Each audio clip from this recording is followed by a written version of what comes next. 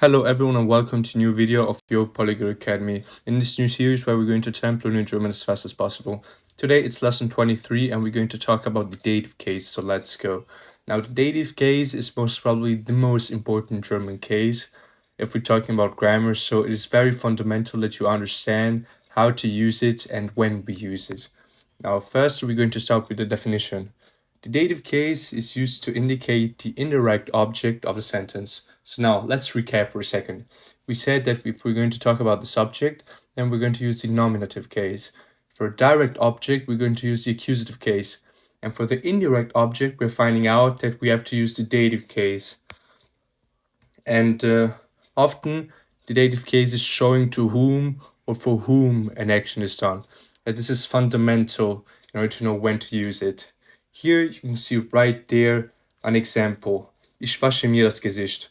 What is the subject? The subject is ich. So it's going to be the nominative case.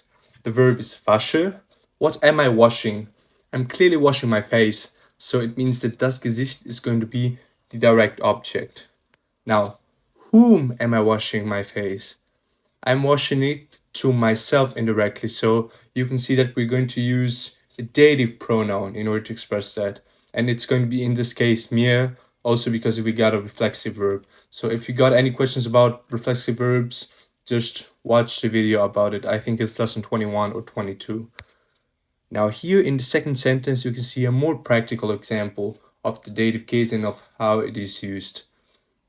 Ich schicke meinem Bruder ein Paket, which means I'm sending my brother a package. What is the subject? Well, the subject is ich. The verb is schicke. What am I sending? I am sending a package. So ein Paket is going to be the direct object. Whom am I sending this package? I'm clearly sending it my brother. So because I'm sending it to him, it means that meinem Bruder is going to be the client for the dative case. So we're not going to use mine, we're not going to use meinen, but mine is going to be declined to meinem because we have the dative case. Now, how do we know how to decline a nominative case, for example, the dative case? So how to use this correctly? Here you can see a table for the dative declination of articles. So for example, if we have der Vater for the nominative case, which means the father, then the dative case is going to be dem Vater. So if we know that the function of a specific noun in the sentence is a dative, then we're going to decline it this way. If we have die Mutter, then it's going to be der Mutter. If we have das Kind, then it's going to be dem Kind. And if we have die Eltern for the plural case, then we're going to use den Eltern for the dative case. So this is very important to remember. Now, following on, you can see the dative declination of the pronouns. Now, we already talked about the nominative and the accusative form. Ich, du, er, sie, es, wir, ihr, sie, and mich, dich, ihn, sie, es, uns, euch, sie. For the dative case, you have these new pronouns. So, mir, dir, ihm, ihr, ihm, uns, euch, ihnen. So they are also very important to remember, also while learning how to decline pronouns to the dative case. Here you can see another example. Werner schenkt seiner Schwester ein Buch, which means Werner gives his sister a book. Now, let's analyze this sentence. The subject is going to be Werner. The verb is going to be schenkt. What is he giving? Werner is clearly giving a book. So ein Buch is going to be the accusative case. So we're going to use the accusative case in order to describe ein Buch because it has the function of a direct object. Whom is he giving the book? He's giving it his sister. So because of that, we know that the function of his sister, so in this case seiner Schwester, is going to be for the dative case because we have an indirect object. So because of that, we're going to decline it respectively.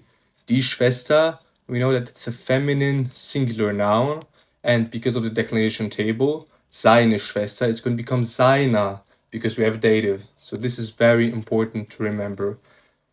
Another thing which is very important to mention is that the order of complements, when we only have nouns, is always that we have a dative followed by accusative. So if we want to build a sentence in German, we're always going to have the dative which is preceding the accusative. As we can see it in the sentence, we have the verb, then the dative case, and at the end of the sentence, the accusative one. This is very important so that you're not going to make any mistake by, for example, building sentences and first using the accusative and the dative. No, that is false. Now, in order to conclude this lesson successfully, here are some exercises. Try to identify the accusative and the dative case in the sentences, and also try to explain to yourself why you're using the accusative, why the dative, why you're declining it that way, so that you can understand it better for yourself. And if you have any questions about that, just leave a comment. And if you went so far, thanks for your attention, and I will see you next time. Have a nice day.